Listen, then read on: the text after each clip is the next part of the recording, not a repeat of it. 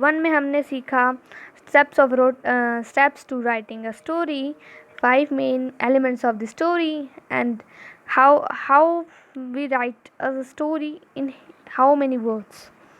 सो अब हम पढ़ते हैं अब आगे के स्टोरीज़ का, मतलब कॉन्फ्लिक्ट और your ideas, character, plot, conflict etcetera. अपने आइडियाज़ को मतलब कि दर्शाने की कोशिश करिए कि आप कैसे उसको दिखाना चाहते हैं और आप कैसे रिप्रेजेंट कर सकते हैं। Organise the idea logically into plot, logically कीजिए जो भी आप करते हैं, स्टोरी लिखते हैं कि हाँ ऐसे ऐसे हुआ, ये नहीं कि मतलब कुछ भी स्टोरी में हो गया बट उसका लॉजिकली है ही नहीं कि हाँ कैसे हुआ।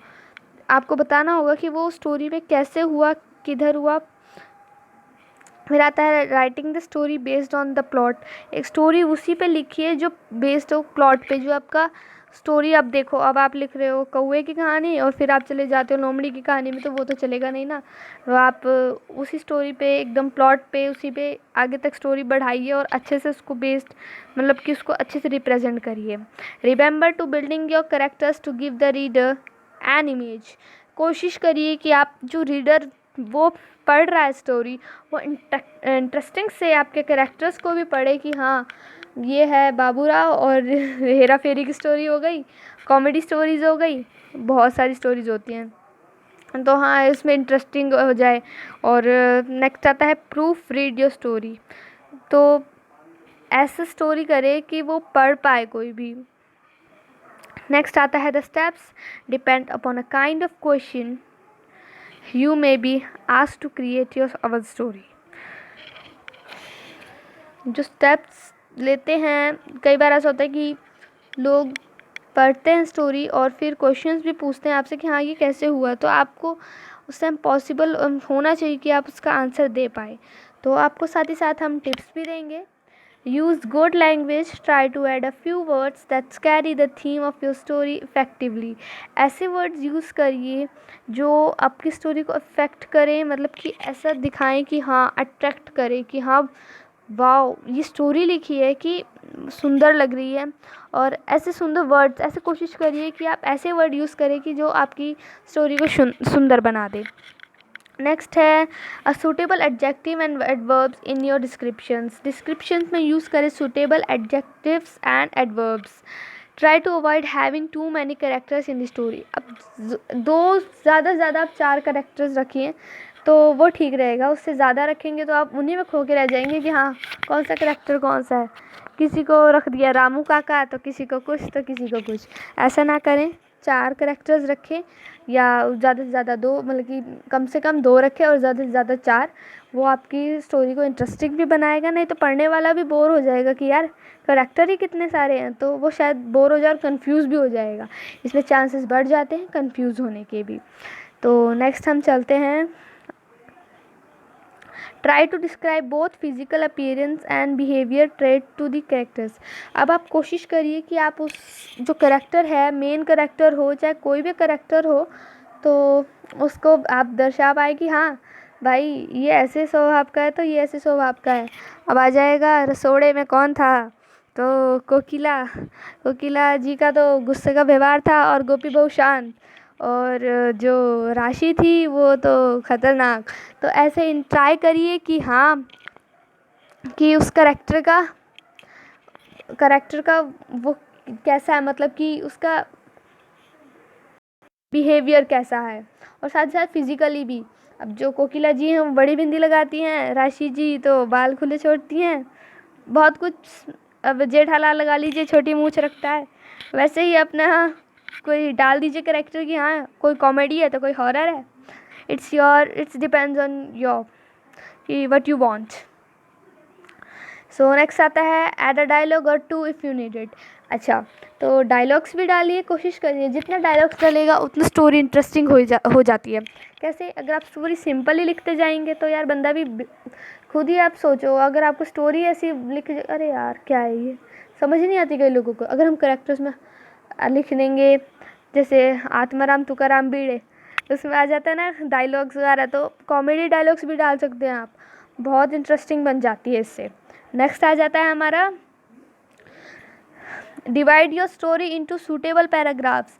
अब ये नहीं कि रामायण लिखते गए, फिर उसके बाद गीता लिखते गए, उसके बाद महाभारत लिखते गए, उसके बाद पता नहीं कौन कौन सी किताब लिखते गए। पैराग्राफ में लिखिए, सुंदर सुंदर लिखिए कि समझ आए, और डिवाइड करके लिखिए कि हाँ एक पैराग्राफ हुआ फिर 2 पैराग्राफ हुए। और ज़्यादा लंबी मत कीजिए स्टोरी, उससे आपको बोरिंग ही, मतलब कि खुद ही पढ़ेंगे तो बोरिंग लगेगी, दूसरों की तो फिर दूर की बात है। Give your story an interesting title, और स्टोरी को इंटरेस्टिंग टाइटल दीजिए कि बहुत कुछ टाइटल हो जाते हैं।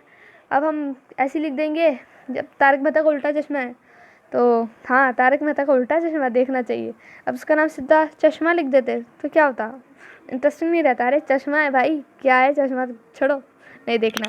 पर तारक मेहता का उल्टा चश्मा तो इंटरेस्टिंग हो गया ना, कि पता नहीं क्या पता उल्टी दुनिया दिखाई हो। तो ये भी हम सोच सकते कि टाइटल अच्छा होना चाहिए। नेक्स्ट आ जाते हैं हम लोग टिप्स। दूसरा, pen some good vocabulary. Good vocabulary use करिए। मैं ज़्यादा से ज़्यादा यही कंसर्न करूँगी कि वो वर्ड यूज़ करिए जो आपको इसकी स्पेलिंग अच्छी आती हो और आपको पता हो कि इसका मीनिंग क्या है। हाई फाई मत लिखिए, उतनी ही गलती होगी।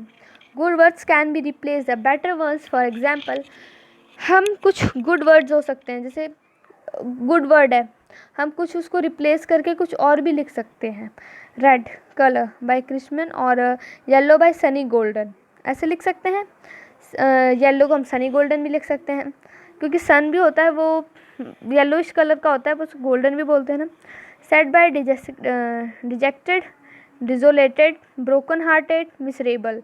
एक ही वर्ड का काफ़ी सारे मीनिंग हो जाते हैं, तो कोशिश करिए कि भेड़ चाल ना चलने के अलावा कुछ नए वर्ड लिखें। Happy by overjoyed, glad, pleased, बहुत कुछ वर्ड्स हैं। Describe a character voice as a word like gruff, croaky, husky, breathy. तो कैसे कि हाँ भाई वो छुपा चोर छुपा हुआ था, जो पुलिस चली गई तो उसने सांस में सांस ली। और जैसे ट्रिपल एफ कर दीजिए, फिर डॉट डॉट डॉट। तो ऐसे वर्ड यूज़ करें, OH, ओह। और उसके बाद हम यूज़ कर सकते हैं कि शॉक्ड, मतलब कि काफ़ी सारे वर्ड होते हैं जैसे हमारे जनरली नॉर्मली ऐसे निकलता ही है कि ओए ये वो, ऐसे वर्ड यूज़ करें। तो वॉइस भी डालें उसकी कि हाँ उसकी भारी भरकम वॉइस थी, तो कोशिश करें कि वो अट्रैक्टिव बन जाएगी उससे। नेक्स्ट है comment crush dies frizzy flowing muddy brown to describe hair.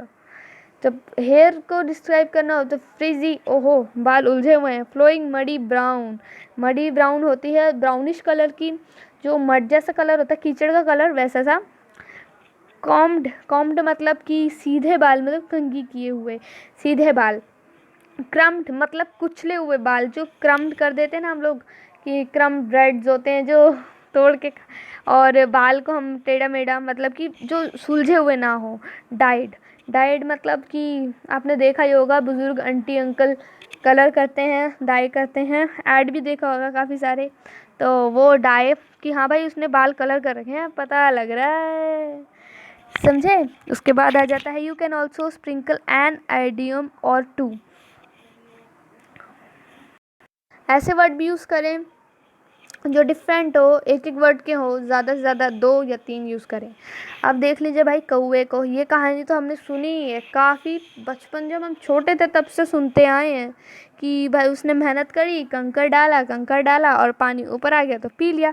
वैसे ही हमें परिश्रम करना पड़ेगा, हमें मेहनत करनी पड़ेगी, तभी जिस तरह हम कंकड़, जैसे कौवे ने कंकड़ डाल के पानी हासिल कर लिया, वैसे ही हम अपनी मेहनत पसीना डाल के, अपनी मेहनत करके, अपना टाइम डाल के अपने अच्छे नंबर पास में ले आएंगे, एजुकेशन को मतलब कि कंप्लीट कर कि प्राप्त कर लेंगे एक तरीके से। तो वैसे ही हमें भी बनना है, कौवा बन जाओ भाई। अब उसका नाम आप जानते ही, the thirsty crow. Story that we have read have always captured अस।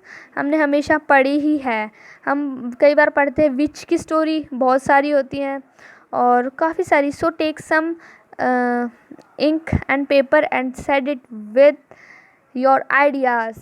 एक पेपर लीजिए और साथ ही साथ एक इंक लीजिए और भर दीजिए अपने आइडियाज़ के साथ। और thank you, have a nice day. और मैं विश करती हूँ कि आपको स्टोरी बहुत पसंद आई होगी, मतलब ये जो स्टोरी के बारे में बताया ये पसंद आया हो।